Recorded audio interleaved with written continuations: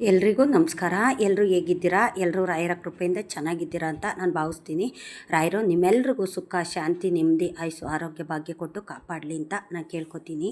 ಇವತ್ತು ಗುರುವಾರ, ರಾಯರು ವಾರ. ಇವತ್ತು ಬೇಗನೆ ಪೂಜೆ ಎಲ್ಲ ಮುಗಿಸ್ಕೊಂಡೆ.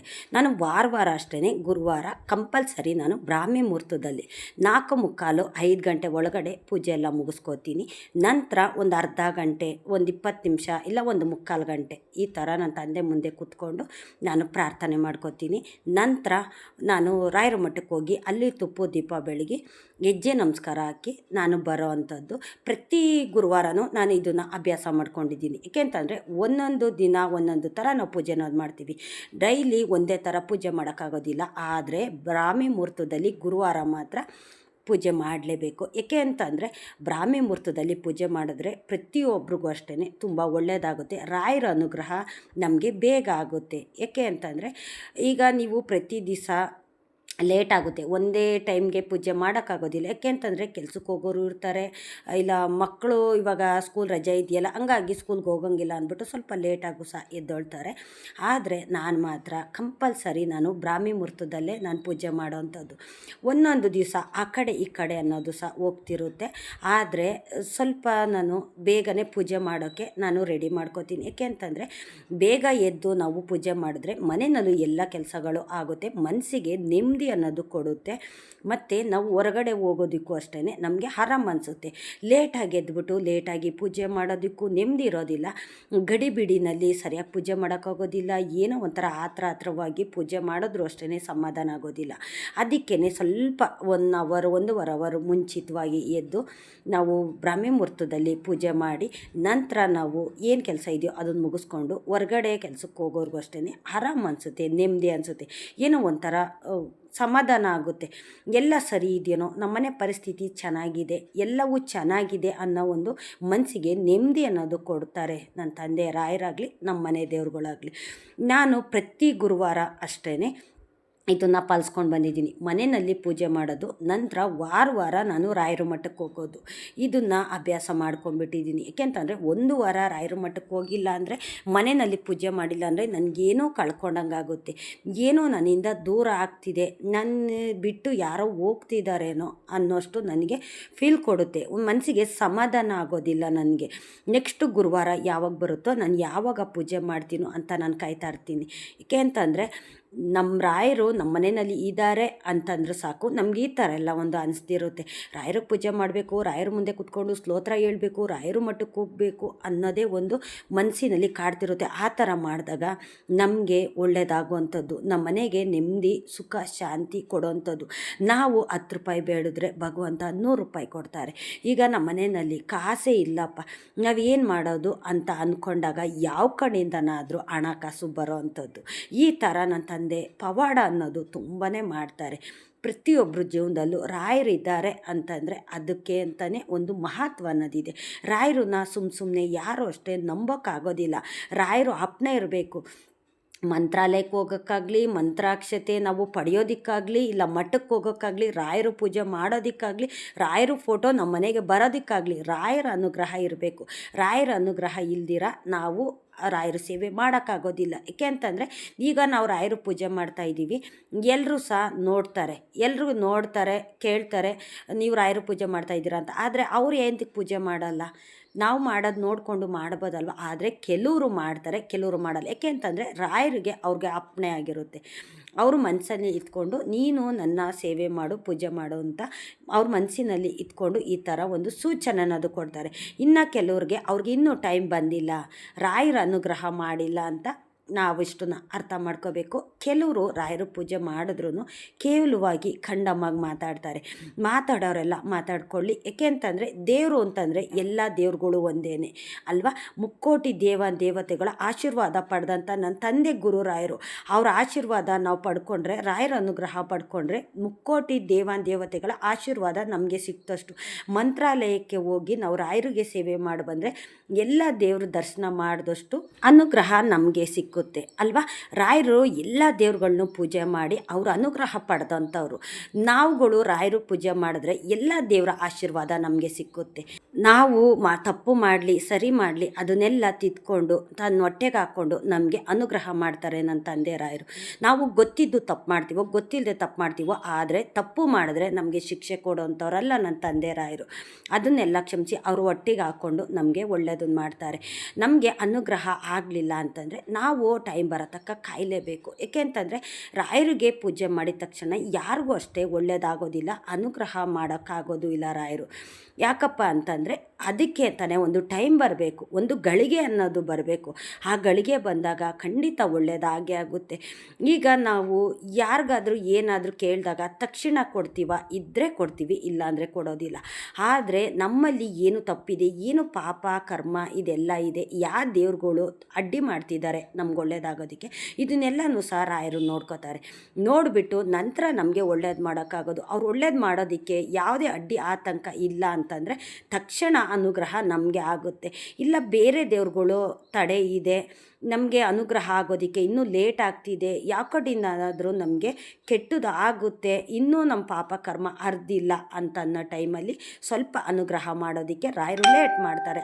ಆದರೂ ಅನುಗ್ರಹ ಮಾತ್ರ ಮಾಡೇ ಮಾಡ್ತಾರೆ. ಪ್ರತಿಯೊಬ್ಬರಿಗೂ ರಾಯರ ಅನುಗ್ರಹ ಮಾಡೇ ಮಾಡ್ತಾರೆ. ರಾಯರು ಅನುಗ್ರಹ ಇಲ್ದಿರ ಯಾವ ಮನುಷ್ಯನೂ ಇಲ್ಲ.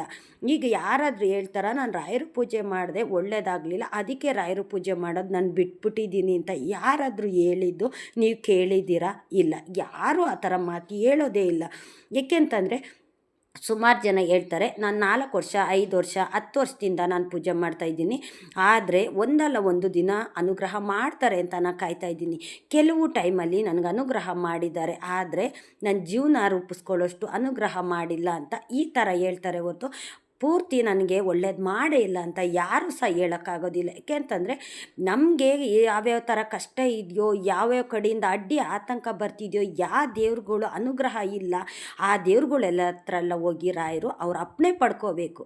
ನನ್ನ ಭಕ್ತ ನನ್ನ ಪೂಜೆ ಮಾಡ್ತಿದ್ದಾನೆ, ನಿಮ್ಮನ್ನು ಸಹ ನಂಬಿದ್ದಾನೆ, ನಿಮ್ಮಿಂದ ಈ ಥರ ಅಡ್ಡಿ ಆತಂಕಗಳು ಬರ್ತಿದೆ, ನಾನು ಅನುಗ್ರಹ ಮಾಡೋದಕ್ಕೆ ನೀವು ಅನುಗ್ರಹ ಮಾಡಬೇಕು, ನೀವು ಅಪ್ಪಣೆ ಕೊಟ್ರೇ ನಾನು ಅವ್ರಿಗೆ ಒಳ್ಳೇದು ಮಾಡೋಕ್ಕಾಗೋದು. ನನ್ನನ್ನು ತುಂಬ ನಂಬಿದ್ದಾರೆ ಅವರು. ನಾನಿರೋ ಮನೆಯಲ್ಲಿ ಯಾರಿಗೂ ತೊಂದರೆ ಕಷ್ಟ ನಷ್ಟ ಯಾವುದೂ ಅಷ್ಟೇ ಬರಬಾರ್ದು ಅಂತ ನಮಗೆ ಯಾವ ದೇವ್ರ ಕಡೆಯಿಂದ ಕಷ್ಟ ಅನ್ನೋದು ಬರ್ತಿದೆ ಆ ದೇವ್ರ ಹತ್ರ ಹೋಗಿ ನನ್ನ ತಂದೆ ರಾಯರು ಕೇಳ್ಕೊತಾರೆ. ಕೇಳಿಕೊಂಡು ನಮಗೆ ಅನುಗ್ರಹ ಮಾಡಿಸೋವಂಥದ್ದು ಅಲ್ವಾ. ನನ್ನ ತಂದೆ ರಾಯರು ಅಂತಂದರೆ ಏನೋ ಒಂಥರ ಶಕ್ತಿ, ಪವಾಡ ಪುರುಷ ನನ್ನ ತಂದೆ ಗುರುರಾಯರು. ಅವ್ರ ಮುಖ ನೋಡಬೇಕು, ಅವ್ರಿಗೆ ಏನೋ ನಮ್ಮ ಕೈಲಿ ಆದಷ್ಟು ಸೇವೆ ಮಾಡಬೇಕು. ಗುರುವಾರ ವಾರ ಬಂದರೂ ಸಾಕು ರಾಯರಿಗೆ ಅಲಂಕಾರ ಮಾಡೋದು, ದೇವ್ರ ಮನೆ ಕ್ಲೀನ್ ಮಾಡೋದು, ರಾಯರಿಗೆ ಏನಾದರೂ ನೈವೇದ್ಯ ಮಾಡಿಡೋದು, ರಾಯರಿಗೆ ತುಪ್ಪದ ದೀಪ ಹಚ್ಚೋದು, ತುಪ್ಪದ ಆರತಿ ಬೆಳಗೋದು, ರಾಯರು ಮಠಕ್ಕೆ ಹೋಗಿ ಅಲ್ಲೂ ತುಪ್ಪದ ದೀಪ ಬೆಳಗಿ ಹೆಜ್ಜೆ ನಮಸ್ಕಾರ ಹಾಕೋದು, ಇದನ್ನೆಲ್ಲ ನಾವು ಒಂಥರ ನಮ್ಮ ಪ್ರೀತಿಯಿಂದ ನಾವು ಮಾಡೋವಂಥದ್ದು. ನನ್ನ ತಂದೆ ರಾಯರು ಇದ್ದಾರೆ, ನಮ್ಮ ಜೊತೆಯಲ್ಲಿ ಇದ್ದಾರೆ, ನಾನು ಇದನ್ನೆಲ್ಲ ಮಾಡ್ತಾ ಇದ್ದೀವ ಅಂತ ಯಾರಿಗೂ ಸಹ ಅನಿಸೋದಿಲ್ಲ. ನನ್ನ ತಂದೆ ಶಕ್ತಿ ಕೊಡ್ತಾರೆ, ರಾಯರು ಅನುಗ್ರಹ ಮಾಡ್ತಾರೆ. ಈಗ ಬೆಳಗ್ಗೆ ಟೈಮು ಕೆಲವು ಜನಕ್ಕೆ ಎದ್ದೊಳಕ್ಕಾಗೋದಿಲ್ಲ. ಯಾಕೆ ಅಂತಂದರೆ ಎಲ್ರಿಗೂ ಸಹ ಒಂದೇ ಟೈಮಲ್ಲಿ ಎದ್ದೊಳಕ್ಕಾಗೋದಿಲ್ಲ. ಕೆಲವ್ರಿಗೆ ನಿದ್ದೆ ಅನ್ನೋದು ಬಂದಿಲ್ಲ ಅಂತಂದಾಗ ಬೆಳಗ್ಗೆ ಟೈಮು ಬೇಗ ಎದ್ದೇಳ್ತಾರೆ. ಇನ್ನು ಕೆಲವರು ಕೆಲ್ಸಕ್ಕೆ ಹೋಗೋರು ಸಾಕಾಗಿ ಬಂದಾಗ ನೈಟು ನಿದ್ದೆ ಅನ್ನೋದು ಚೆನ್ನಾಗಿ ಬರ್ತಿರುತ್ತೆ. ಆದರೆ ಬೆಳಗಿನ ಜಾವ ಟೈಮಲ್ಲಿ ನಿದ್ದೆ ಜಾಸ್ತಿ ಬರ್ತಿರುತ್ತೆ. ಆ ಟೈಮಲ್ಲೇ ನಮಗೆ ಎಚ್ಚರಿಕೆ ಆಗೋದಿಲ್ಲ. ಆದರೆ ರಾಯರಿಗೆ ಪೂಜೆ ಮಾಡಬೇಕು ಅನ್ನೋ ದಿವಸದಲ್ಲಿ ರಾಯರು ಹೇಗಾದರೂ ನಮಗೆ ಎಚ್ಚರ ಮಾಡಿಸ್ತಾರೆ, ಸೂಚನೆ ಕೊಡ್ತಾರೆ. ಇಲ್ಲ ಹೊರಗಡೆ ಏನೋ ಸೌಂಡ್ ಆಗೋದು, ಇಲ್ಲ ಮನೆಯಲ್ಲಿ ಏನೋ ಸೌಂಡ್ ಆಗೋವಂಥದ್ದು, ಇಲ್ಲ ಕನಸಿನಲ್ಲಿ ಬಂದು ಯಾರೋ ಬಂದು ನಮಗೆ ಒಂಥರ ಏನೋ ಕಾಡ್ದಂಗೆ ಆಗೋದು, ಈ ಥರ ಒಂದು ಸೂಚನೆ ಕೊಡ್ತಾರೆ. ನಾವು ಚಕ್ಕಂತ ಎದ್ದೊಳ್ಳಿ ಮೇಲ್ಗಡೆ ಅಂತ ಸೂಚನೆ ಕೊಡ್ತಾರೆ. ಇದು ನನಗೆ ತುಂಬ ಸತಿ ರಾಯರ ಅನುಗ್ರಹ ಮಾಡಿದ್ದಾರೆ ನನಗೆ. ಏಕೆ ಅಂತಂದರೆ ನಾನು ಎಲ್ಲ ದಿವಸನೂ ನಾನು ಅಲಾರಾಮ್ ಇಟ್ಕೊಂಡು ನಾನು ಮಲ್ಕೊಳ್ಳೋದಿಲ್ಲ. ಕೆಲವು ಟೈಮಲ್ಲಿ ಮರೆತು ಬಿಡ್ತೀನಿ, ಅಲಾರಾಮ್ ಇಡೋದಿಲ್ಲ. ಅಂಥ ಟೈಮಲ್ಲಿ ನಾನು ಅಲಾರಾಮ್ ಇಟ್ಟಿರಲ್ದಿಲ್ವಲ್ಲ, ಅಂಥ ಟೈಮಲ್ಲಿ ಸುಮಾರು ಸತಿ ನನಗೆ ಈ ಥರ ಎಚ್ಚರ ಆಗಿದೆ ನನಗೆ. ಎಚ್ಚರ ಅಂದರೆ ಅದು 3 ಗಂಟೆಗೆ 3:15ಗೆ ನನಗೆ ಎಚ್ಚರ ಆಗಿರೋ ಅಂಥದ್ದು ಅಲ್ವಾ. ರಾಯರು ಇದ್ದಾರೆ ಅಂತಂದರೆ ನಾವು ಇದನ್ನೆಲ್ಲ ನಂಬಲೇಬೇಕು. ನೀವು ಒಂದು ಸತಿ ನೀವು ಅಂದ್ಕೊಳ್ಳಿ, ಅಲಾರಾಮ್ ಹಿಡ್ದಿರ ನೀವು ಮಲ್ಕೊಳ್ಳಿ. ನೀವು ಗುರುವಾರ ಪೂಜೆ ಮಾಡಬೇಕು ಅಂತಲೇ ನೀವು ನೈಟು ಅಂದ್ಕೊಂಡು ಮಲ್ಕೊಳ್ಳಿ. ನಿಮಗೆ ಹೇಗಾದರೂ ಮಾಡಿ ರಾಯರು ಸೂಚನೆ ಕೊಟ್ಟು ನಿಮ್ಮನ್ನ ಎಚ್ಚರ ಆಗೋ ಥರ ಮಾಡ್ತಾರೆ. ಇದು 100ಕ್ಕೆ 100ರಷ್ಟು ಸತ್ಯ. ನನ್ನ ತಂದೆ ರಾಯರು ಇದ್ದಾರೆ ಅನ್ನೋದು ಎಷ್ಟು ಸತ್ಯನೋ, ರಾಯರು ಅನುಗ್ರಹ ಮಾಡ್ತಾರೆ ಅನ್ನೋದು ಸಹ ಅಷ್ಟೇ ಸತ್ಯವಾಗಿದೆ. ಕೆಲವು ಜನ ಜೀವನದಲ್ಲಿ ರಾಯರು ಪವಾಡನೆ ಮಾಡಿದ್ದಾರೆ. ರಾಯರು ಅಂತಂದ್ರೇ ಅವ್ರ ಜೀವ ಸರ್ವಸ್ವ. ನನ್ನ ಜೀವ ಹೋಗೋವಂಥ ಟೈಮಲ್ಲೂ ಸಹ ರಾಯರು ದರ್ಶನ ಮಾಡಿ ನಂತರ ಜೀವ ಹೋಗಲಿ ಅಂತ ಸುಮಾರು ಜನದ ಬಾಯಲ್ಲಿ ನಾನು ಸಹ ಕೇಳಿದ್ದೀನಿ. ಏಕೆ ಅಂತಂದರೆ ಏನು ತಿನ್ನಕ್ಕಿಲ್ಲದೆ ಇರೋಂಥ ಮನೆಗೆ ರಾಯರು ಪ್ರವೇಶ ಮಾಡ್ತಿದ್ದಂಗೆ ಅವ್ರ ಜೀವನನೇ ಬದಲಾಯಿಸಿದ್ದಾರೆ. ಅವ್ರಿಗೆ ಕೇಳಿದಂಥ ವರ ಕೊಟ್ಟು ಅವ್ರ ಜೀವನದಲ್ಲಿ ಅವ್ರಿಗೆ ಜೊತೇಲಿದ್ದಾರೆ ರಾಯರು. ಅವ್ರು ಏನೇ ಕೆಲಸ ಕಾರ್ಯ ಮಾಡಿದ್ರು ಅವ್ರ ರಾಯರ ಅನುಗ್ರಹ ಅವ್ರು ಇದೆ ಅಂತ ತಿಳ್ಕೊಂಡು ರಾಯರನ್ನ ಅಷ್ಟು ನಂಬಿದ್ದಾರೆ, ಅಷ್ಟು ಸೇವೆ ಅನ್ನೋದು ಮಾಡ್ತಿದ್ದಾರೆ. ಮತ್ತು ನಮ್ದವ್ರಿಗೆಲ್ಲ ರಾಯರು ಒಳ್ಳೇದು ಮಾಡ್ತಿದ್ದಾರೆ ಅಂತಂದಮೇಲೆ ಮತ್ತು ನಾವು ನಂಬಿದ್ದೀವಲ್ವ, ನಮ್ಗೆ ಒಳ್ಳೇದು ಮಾಡ್ತಾರಲ್ವ. ಒಂದು ಟೈಮು ಕೆಟ್ಟದಾಗಿರ್ಬೋದು, ಆದರೆ ಒಳ್ಳೆ ಟೈಮ್ ಅನ್ನೋದು ಬಂದೇ ಬರುತ್ತೆ. ಆ ಟೈಮ್ಗೋಸ್ಕರ ನಾವು ಕಾಯಲೇಬೇಕು. ನಾವು ಅಂದ್ಕೊಂಡಿದ್ದ ತಕ್ಷಣ ಯಾವುದು ಅಷ್ಟೇ ಆಗೋದಿಲ್ಲ. ಅದಕ್ಕೆ ಅಂತ ಕಾಲ ಬರಬೇಕು, ಟೈಮ್ ಬರಬೇಕು. ಈಗ ಹುಟ್ಟಿದ ಮಕ್ಕಳು ಏಕ್ದಮ್ ನಿಂತ್ಕೋತಾವ, ನಡೀತಾವ, ಕೂತ್ಕೋತಾವ ಇಲ್ಲ. ಅದಕ್ಕೆ ಅಂತ ಟೈಮ್ ಬರಬೇಕು, ತಿಂಗಳುಗಳು ಕಳಿಬೇಕು, ವರ್ಷಗಳು ಕಳಿಬೇಕು. ನಂತರನೇ ಅವರು ನಿಂತ್ಕೊಳ್ಳೋದು, ಕೂತ್ಕೊಳ್ಳೋದು, ನಡೆಯೋಕ್ಕಾಗೋದು. ಈಗ ಹುಟ್ಟಿದ ಮಕ್ಕಳು ನಾವು ಸ್ಕೂಲ್ಗೆ ಹಾಕೋಕ್ಕಾಗುತ್ತಾ? ಇಲ್ಲ. ಅದಕ್ಕೆ ಅಂತಲೇ ಒಂದು ಟೈಮ್ ಬರಬೇಕು, ಇಷ್ಟು ವರ್ಷಗಳನ್ನೋದು ಬರಬೇಕು. ನಂತರನೇ ಅವರು ಸ್ಕೂಲ್ಗೆ ಹೋಗಿ, ನಂತರ ಕಾಲೇಜ್ಗೆ ಹೋಗಿ, ನಂತರ ಅವ್ರ ಜೀವನ ರೂಪಿಸ್ಕೊಳ್ಳೋದು. ಅಷ್ಟು ವರ್ಷಗಳ ಕಾಲ ನಾವು ಕಾಯ್ತೀವಿ. 22 ವರ್ಷ ನಾವು ಮಕ್ಕಳನ್ನ ಸಾಕಿ ಬೆಳೆಸಿ ಅವ್ರ ಕಾಲ ಮೇಲೆ ಅವ್ರನ್ನ ನಿಂತ್ಕೊಳ್ಳೋ ಥರ ನಾವು ಮಾಡ್ತೀವಿ. ಮಕ್ಕಳನ್ನೇ ನಾವು ಅಷ್ಟು ವರ್ಷ ಕಾಯ್ತೀವಿ ಬೆಳೆಯೋದಕ್ಕೆ, ಓದಿಸೋದಕ್ಕೆ ಅಂತಂದಮೇಲೆ ಮತ್ತು ನಮ್ಮ ಜೀವನ ರೂಪಿಸ್ಕೊಳ್ಳೋಕ್ಕೆ ರಾಯರು ಅನುಗ್ರಹ ಮಾಡ್ತಾರೆ ಅಂತಂದರೆ ನಾವು ಸ್ವಲ್ಪ ದಿನ ಕಾಯಲೇಬೇಕಲ್ವ. ಇದನ್ನೆಲ್ಲ ನಾವು ಎಕ್ಸಾಂಪಲಾಗಿ ತೊಗೋಬೇಕು. ನಾವು ಜೀವನದಲ್ಲಿ ಇದನ್ನೆಲ್ಲ ಅಳವಡಿಸ್ಕೋಬೇಕು. ಇವತ್ತು ಕಷ್ಟ ಇದೆ, ನಾಳೆ ಸುಖ ಅನ್ನೋದು ಭಗವಂತ ಕೊಟ್ಟೇ ಕೊಡ್ತಾರೆ ಅಂತಂದು ನಾವು ನಿರ್ಧಾರ ಮಾಡ್ಕೋಬೇಕು. ದೃಢ ನಂಬಿಕೆ ಇಡಬೇಕು ರಾಯರ ಮೇಲೆ. ನಾವು ರಾಯರನ್ನ ಎಷ್ಟು ನಂಬ್ತೀವೋ ಅಷ್ಟು ಅನುಗ್ರಹ ಮಾಡ್ತಾರೆ. ಏಕೆಂತಂದರೆ ರಾಯರಿಗೆ ಪೂಜೆ ಮಾಡಿದ ತಕ್ಷಣ, ರಾಯರಿಗೆ ಸೇವೆ ಮಾಡಿದ ತಕ್ಷಣ ನಮ್ಗೆ ಒಳ್ಳೇದಾಗಲಿಲ್ಲ ಅಂತ ನಾವು ಯಾವತ್ತೂ ಅಂದ್ಕೊಳ್ಳೋದಕ್ಕೆ ಹೋಗಬಾರ್ದು. ನಮ್ಮ ಪ್ರಯತ್ನ ನಾವು ಪಡಬೇಕು, ಫಲ ಭಗವಂತ ಕೊಡ್ತಾರೆ ಅಲ್ವಾ. ನಾವು ಕೆಲಸನೇ ಮಾಡ್ದಿರ ಸಂಬಳ ಅನ್ನೋದು ನಿರೀಕ್ಷೆ ಮಾಡೋಕ್ಕಾಗುತ್ತಾ? ಖಂಡಿತ ಮಾಡೋಕ್ಕಾಗೋದಿಲ್ಲ. ಪ್ರಯತ್ನನೇ ಪಡ್ದಿರ ಫಲ ಕೊಡು ಅಂದರೆ ಹೇಗೆ ಕೊಡ್ತಾರೆ ದೇವರು? ಕೊಡೋದಿಲ್ಲ. ಹಂಗಾಗಿ ಪ್ರಯತ್ನವೂ ಪಡಬೇಕು, ಫಲ ಭಗವಂತಂಗೆ ಬಿಟ್ಬಿಡ್ಬೇಕು. ನಾವು ಕೆಲ್ಸಕ್ಕೆ ಹೋಗಬೇಕು, ಸಂಬಳ ಅನ್ನೋದು ಬಿಟ್ಬಿಡ್ಬೇಕು. ನಾವು ಸಂಬಳ ಅನ್ನೋದು ನಮ್ಮ ಕೈ ಸೇರೋದಕ್ಕೆ ಕೆಲವು ತಿಂಗಳು ಅನ್ನೋದು ಬೇಕು, ಕೆಲವು ದಿವಸಗಳು ಅನ್ನೋದು ಬೇಕು. ಆವಾಗಲೇ ನಮ್ಮ ಕೈಲಿ ಹಣಕಾಸು ಅನ್ನೋದು ಬರೋದು. ಹಣಕಾಸಿಗೋಸ್ಕರ ನಾವು ಇಷ್ಟು ದಿನ ಕಾಯ್ತೀವಿ ಅಂದಮೇಲೆ ನಮ್ಗೆ ರಾಯರು ಒಳ್ಳೇದು ಮಾಡ್ತಾರೆ ಅನ್ನೋದು ಕಾಯೋದಕ್ಕೆ ಸ್ವಲ್ಪ ದಿವಸನಾದರೂ ನಾವು ಕಾಯಲೇಬೇಕಲ್ವ. ಇಷ್ಟನ್ನ ನಾವು ತಿಳ್ಕೋಬೇಕು. ರಾಯರು ಎಲ್ರಿಗೂ ಸಹ ಒಳ್ಳೇದು ಮಾಡೇ ಮಾಡ್ತಾರೆ. ಕೆಲವು ಟೈಮಲ್ಲಿ ರಾಯರು ಒಳ್ಳೇದು ಮಾಡಿಲ್ಲ ಅಂತನ್ನೋ ಟೈಮಲ್ಲಿ ನಾನು ಸಹ ತುಂಬ ಹತ್ತಿದ್ದೀನಿ, ತುಂಬ ನೋವು ಪಟ್ಟಿದ್ದೀನಿ. ತುಂಬ ನನ್ನ ಮನಸ್ಸು ಯಾವ್ಯಾವ ಕಡೆನೂ ಹೋಗಿದೆ, ಎಲ್ಲೆಲ್ಲೂ ಕಡೆನೂ ನಾನು ಯೋಚನೆ ಮಾಡಿದ್ದೀನಿ. ಏಕೆಂತಂದರೆ ನನ್ನ ಮನೆ ಪರಿಸ್ಥಿತಿ ಆ ಥರ ಇತ್ತು. 10 ರೂಪಾಯಿನೂ ಕೈಲಿಲ್ದಿರೋ ಅಂಥ ಟೈಮಲ್ಲಿ ನಾನು ತುಂಬಾ ಕುಗ್ಗುಬಿಟ್ಟಿದ್ದೀನಿ. ನಾವು ಕೆಲಸ ಮಾಡ್ತೀವಿ ಅಂದರು ಕೆಲಸಗಳಿಲ್ಲ, ಎಲ್ಲಿಂದ ಎಲ್ಲಿ ಗಂಟ ಹುಡ್ಕೊಂಡೋದ್ರು ನಮಗೆ ಕೆಲಸ ಅನ್ನೋದು ಸಿಗ್ತಾ ಇರಲಿಲ್ಲ. ಮೈ ಮುರಿದು ಕೆಲಸ ಮಾಡ್ತೀವಿ ಅಂದರು ಕೆಲಸಗಳು ಕೊಡ್ತಾ ಇರಲಿಲ್ಲ. ನಾವು ಕಷ್ಟಪಟ್ಟು ದುಡಿತೀವಿ, ಭಗವಂತ ಎಲ್ಲಾದರೂ ನಮಗೊಂದು ಕೆಲಸ ಕಾರ್ಯ ಅನ್ನೋದು ತೋರಿಸು ಅಂತ ನಾವು ಎಷ್ಟೆಲ್ಲ ದೇವರು ಬೇಡ್ಕೊಂಡು ಸುಮಾರು ತಿಂಗಳು ನಮಗೆ ಕೆಲಸ ಕಾರ್ಯ ಅನ್ನೋದಿಲ್ದಿರ ಊಟಕ್ಕೂ ಸಹ ತುಂಬಾ ಕಷ್ಟಪಟ್ಬಿಟ್ಟಿದ್ವಿ. ಮಕ್ಕಳನ್ನು ಓದ್ಸೋಕ್ಕಾಗದಿರೋ ಅಂಥ ಟೈಮಲ್ಲಿ ಮನೇಲಿರೋ ಒಡವೆಗಳನ್ನೆಲ್ಲ ತೊಗೊಂಡೋಗಿ ಅಡ ಇಟ್ಬಿಟ್ಟು ಮಕ್ಕಳನ್ನ ಓದಿಸಿದ್ವಿ. ಅಂಥ ಸ್ಥಿತಿಲಿ ಇದ್ದಂಥವ್ರನ್ನ ಇವತ್ತು ಭಗವಂತ ಈ ಸ್ಥಿತಿಗೆ ತಂದಿದ್ದಾರೆ ಅಂತಂದರೆ ಮತ್ತು ನಿಮ್ಮನ್ನು ಸುಮ್ಮನೆ ಬಿಡ್ತಾರ? ಇಲ್ಲ, ಖಂಡಿತ ನಿಮ್ಗೆ ಒಳ್ಳೇದು ಮಾಡೇ ಮಾಡ್ತಾರೆ. ನಾನು ಎಲ್ಲವನ್ನು ಕಳ್ಕೊಂಡು ನನ್ನ ತಂದೆ ರಾಯರು ಎಲ್ಲವನ್ನು ಸಹ ನನಗೆ ಕೊಟ್ಟಿದ್ದಾರೆ. ನಾನು ಈ ಮಕ್ಕಳಿಗೋಸ್ಕರ, ಮನೆಗೋಸ್ಕರ ಎಲ್ಲವನ್ನು ಸಹ ನಾನು ಕಳ್ಕೊಂಡಿದ್ದೆ ನಾನು. ಆದರೆ ನನ್ನ ತಂದೆ ನಂಬಿದ ಮೇಲೆ, ನನ್ನ ಮನೆ ದೇವರು ನಂಬಿದ ಮೇಲೆ ನಾನು ಎಷ್ಟು ಕಳ್ಕೊಂಡಿದ್ನೋ ಅದಕ್ಕೆ 100 ಪಟ್ಟಷ್ಟು ನನಗೆ ನನ್ನ ಅಪ್ಪ ಕೊಟ್ಟಿದ್ದಾರೆ. ನಾನು ಆ ನಂಬಿಕೆಯಿಂದ ನಾನು ನಿಮಗೆ ಹೇಳ್ತಾ ಇರೋದು, ಒಂದಲ್ಲ ಒಂದು ದಿವಸ ಒಳ್ಳೇದು ಮಾಡೇ ಮಾಡ್ತಾರೆ. ನಾವು ಆ ರಾಯರಿಗೆ ಸೇವೆ ಮಾಡ್ತಾಯಿದ್ದೀವಿ ಅಂತಂದರೆ ಅವರು ಸುಮ್ಮನೆ ಸೇವೆ ಮಾಡಿಸ್ಕೊಳ್ಳೋದಿಲ್ಲ. ಅದಕ್ಕೆ ಫಲವಾಗಿ ಏನಾದರೂ ಪ್ರತಿಫಲ ಅನ್ನೋದು ಕೊಟ್ಟೇ ಕೊಡ್ತಾರೆ. ಸುಮಾರು ಜನಕ್ಕೆ ಗೊಂದಲ ಅನ್ನೋದಿದೆ. ಈಗ ನಮಗೆ ಗೊತ್ತಿದ್ದಂಗೆ ನಾವು ಹೇಳ್ತೀವಿ, ಇನ್ನೊಬ್ರು ಗೊತ್ತಿದ್ದಾಗ ಇನ್ನೊಬ್ರು ಹೇಳ್ತಾರೆ. ನಿನ್ನೆ ವಿಡಿಯೋದಲ್ಲಿ ನನಗೆ ಒಬ್ಬರು ಕಮೆಂಟ್ ಹಾಕಿದರು, ನೀವು ಒಂಥರ ಹೇಳ್ತೀರಾ, ಜ್ಯೋತಿಷಿಗಳು ಒಂಥರ ಹೇಳ್ತಾರೆ, ನೀವು ಗಂಜಲ ಉಪ್ಪು ಅರಿಶಿನ ಹಾಕ್ಕೊಂಡು ನೆಲ ಒರೆಸೋಂತೀರ, ನಾವು ಜ್ಯೋತಿಷಿಗಳು ಕೇಳಿದ್ರೆ ಅವರು ಗಂಗಾ ಜಲ ಹಾಕ್ಕೊಂಡು ನೆಲ ಒರೆಸಿ ಅಂತ ಹೇಳ್ತಾರೆ ಅಂತ. ಏಕೆ ಅಂತಂದರೆ ನಮಗೂ ಸಹ ಗೊತ್ತಿರೋದಿಲ್ಲ ಇದೆಲ್ಲ. ನಮಗೂ ಸಹ ಜ್ಯೋತಿಷಿಗಳು ಪುರೋಹಿತರುಗಳೇ ನಮಗೂ ಹೇಳಿರೋ ಅಂಥದ್ದು. ಗಂಗಾ ಜಲ ಹಾಕ್ಕೊಂಡು ಒರೆಸಿದ್ರು ಅಷ್ಟೇ ತುಂಬ ಒಳ್ಳೆಯದಾಗುತ್ತೆ. ನಿಮಗೆ ಯಾವುದರಿಂದ ಮಾಡಿದ್ರೆ ಒಳ್ಳೆಯದಾಗುತ್ತೆ ಅದರಿಂದನೇ ನೀವು ಮಾಡ್ತಾ ಹೋಗಿ. ಏಕೆ ಅಂತಂದರೆ ಉಪ್ಪು ಅರಿಶಿನ ಹಾಕ್ಕೊಂಡು ಮನೆ ಒರೆಸಿದ್ರೆ ತುಂಬ ಒಳ್ಳೆಯದಾಗುತ್ತೆ.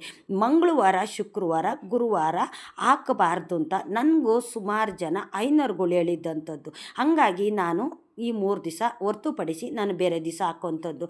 ನಿಮಗೆ ಅದು ಸರಿ ಬತ್ತು ಅಂತಂದರೆ ನೀವು ಮಾಡಿ.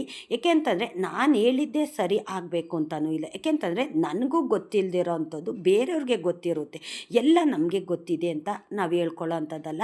ನಮಗೂ ಗೊತ್ತಿಲ್ಲದಿರೋ ಅಂಥದ್ದು ಬೇರೆಯವರಿಂದನೂ ಸಹ ನಾನು ಕಲ್ತಿದ್ದೀನಿ. ನಾನು ದೇವ್ರ ಬಗ್ಗೆ ನಾನು ಏನು ತಿಳ್ಕೊಳ್ದೇ ಇರೋ ಅಂಥವಳು, ದೇವ್ರ ಪೂಜೆನೇ ಮಾಡದೇ ಇರೋ ಅಂಥವಳು, ದೇವರು ನಂಬ್ತಾ ಇದ್ದೀನಿ, ರಾಯರು ಪೂಜೆ ಮಾಡ್ತಾ ಇದ್ದೀನಿ ಅಂತಂದರೆ ನನಗೆ ಒಳ್ಳೇದು ಮಾಡಿದ್ದಕ್ಕೆ, ನನಗೆ ಯಾರಾದರೂ ಹೇಳಿದ್ದು ಅದನ್ನು ಪಾಲಿಸಿರೋದಕ್ಕೆ, ನನಗೆ ಒಳ್ಳೇದಾಗೋದಕ್ಕೆ ನಾನು ನಿಮಗೆ ಹೇಳೋವಂಥದ್ದು. ನಾನು ಹೇಳೋದು ನಿಮಗೆ ಸರಿ ಬಂದಿಲ್ಲ ಅಂತಂದರೆ ಅದನ್ನು ಬಿಟ್ಟುಬಿಡಿ. ನಿಮ್ಗೆ ಹೇಗೆ ಅನಿಸುತ್ತೋ ಅದನ್ನು ನೀವು ಮಾಡಿ. ಯಾಕೆ ಅಂತಂದರೆ ಅವ್ರವ್ರ ಮನಸ್ಥಿತಿಗೆ ಅವ್ರು ಬಿಟ್ಟಿದ್ದಂಥದ್ದು. ಅದು ನೀವು ಹೀಗೆ ಮಾಡಿ ಅಂತ ನಾನು ಹೇಳೋದಿಲ್ಲ. ಮೊನ್ನೆ ಶುಕ್ರವಾರ ಬೆಳ್ಳಿ ದೀಪ ಕೈ ಜಾರಿ ಬಿದ್ದು ಬೆಸ್ಗೆ ಬಿಟ್ಟೋಯ್ತು ಅನ್ನಲ್ಲ, ನಮ್ಮ ಮನೆಯವ್ರು ಹೇಳಿದ್ರು ಅದನ್ನು ಬೆಸ್ಗೆ ಹಾಕಿಸ್ಬಿಟ್ಟು ಹಚ್ಚು ರಾಯರಿಗೆ ಬೆಳ್ಳಿ ದೀಪದಲ್ಲಿ ಅಂದರು. ಅದು ಮುರಿದೋಗಿರೋದನ್ನ ತಿರ್ಗಾ ಬೆಸ್ಗೆ ಹಾಕಿ ಹಚ್ಚಬಾರ್ದು, ಅದು ತಪ್ಪಾಗುತ್ತೆ. ಹಂಗಾಗಿ ಅದನ್ನ ಹಾಕ್ಬಿಟ್ಟು ಬೇರೆ ಏನಾರು ತೊಗೊಳ್ಳೋಣ ಅಂತ ಇದು ಹಿತ್ತಾಳೆ ದೀಪ ತೊಗೊಂಡೆ. ಇದು ತುಂಬ ಚೆನ್ನಾಗಿದೆ, ಅದಕ್ಕಿಂತ ಹೈಟ್ ಆಗಿದೆ ಮತ್ತು ಎಷ್ಟು ದೊಡ್ಡದಾಗಿದೆ ಅಂದರೆ ತುಂಬಾ ವೆಯ್ಟ್ ಆಗಿದೆ. ನಂಗೆ ತುಂಬ ಇಷ್ಟ ಆಯಿತು. ಇವತ್ತು ಗುರುವಾರ ಹೊಸ ದೀಪದಲ್ಲಿ ತುಪ್ಪು ದೀಪ ಹಚ್ಚಿದ್ದೀನಿ ನನ್ನ ತಂದೆಗೆ. ಅವರ ಅನುಗ್ರಹ ಇದೆ, ಆಗೋದೆಲ್ಲ ಒಳ್ಳೆಯದಕ್ಕೆ ಅಂತ ನಾನು ಅಂದ್ಕೊಂಡಿದ್ದೀನಿ. ಆ ದೀಪ ಮುರಿದೋಯ್ತು, ಆದ್ರೂ ನನಗೆ ಚಿಂತೆ ಇಲ್ಲ. ಯಾಕೆ ಅಂತಂದರೆ ಏನೇ ಆದರೂ ಅದನ್ನೆಲ್ಲ ನಾನು ಸ್ವೀಕಾರ ಮಾಡ್ತೀನಿ. ಒಳ್ಳೆಯದಾದರೂ ನನ್ನ ಜೀವನಕ್ಕೆ ತೊಗೋತೀನಿ, ಕೆಟ್ಟದಾದರೂ ಅಷ್ಟೇ ಅದನ್ನು ಸ್ವೀಕಾರ ಮಾಡ್ತೀನಿ. ಆಗೋದಿಲ್ಲ ಒಳ್ಳೆಯದಕ್ಕೆ ಅಂತ ನಾನು ತಿಳ್ಕೊಂಡಿದ್ದೀನಿ. ರಾಯರು ಇಚ್ಛೆಂತೇ ನಮ್ಮ ಜೀವನ ನಡೆಯೋವಂಥದ್ದು. ರಾಯರನ್ನ ನಾವು ಬಲವಾಗಿ ನಂಬ್ತು ಅಂತಂದರೆ ನಮಗೆ ದಾರಿ ತೋರಿಸ್ತಾರೆ, ದಿಕ್ಕು ತೋರಿಸ್ತಾರೆ. ಯಾವತ್ತಷ್ಟೇ ನಮಗೆ ಕೆಟ್ಟದ್ದು ಮಾಡೋದಿಲ್ಲ. ಇವತ್ತು ರಾಯರಿಗೆ ನೈವೇದ್ಯಕ್ಕೆ ಫ್ರೂಟ್ಸ್ ಎಲ್ಲ ಹಾಕ್ಬಿಟ್ಟು ಮೊಸರನ್ನ ಮಾಡಿದ್ದೆ. ನಾನು ಇದೇ ಅಂತ ಮಾಡೋಕ್ಕೋಗೋದಿಲ್ಲ, ಯಾವುದು ಮಾಡಬೇಕು ಅಂತ ಅನಿಸುತ್ತೋ ಅದನ್ನು ನಾನು ಮಾಡ್ತೀನಿ. ಏನು ಮಾಡೋಕ್ಕಾಗಿಲ್ಲ ಅಂದರೆ ಬಾಳೆಹಣ್ಣು ಇಟ್ಬಿಟ್ಟು ನೈವೇದ್ಯ ಮಾಡ್ತೀನಿ. ಇಷ್ಟೊತ್ತು ನನ್ನ ವಿಡಿಯೋ ನೋಡಿದ್ದಕ್ಕಾಗಿ ತುಂಬ ಹೃದಯದ ಧನ್ಯವಾದಗಳು. ರಾಯರು ನಿಮ್ಮೆಲ್ಲರಿಗೂ ಸುಖ, ಶಾಂತಿ, ನೆಮ್ಮದಿ, ಆಯುಸ್ಸು, ಆರೋಗ್ಯ, ಭಾಗ್ಯ ಕೊಟ್ಟು ಕಾಪಾಡಲಿ ಅಂತ ನಾನು ಕೇಳ್ಕೊತೀನಿ.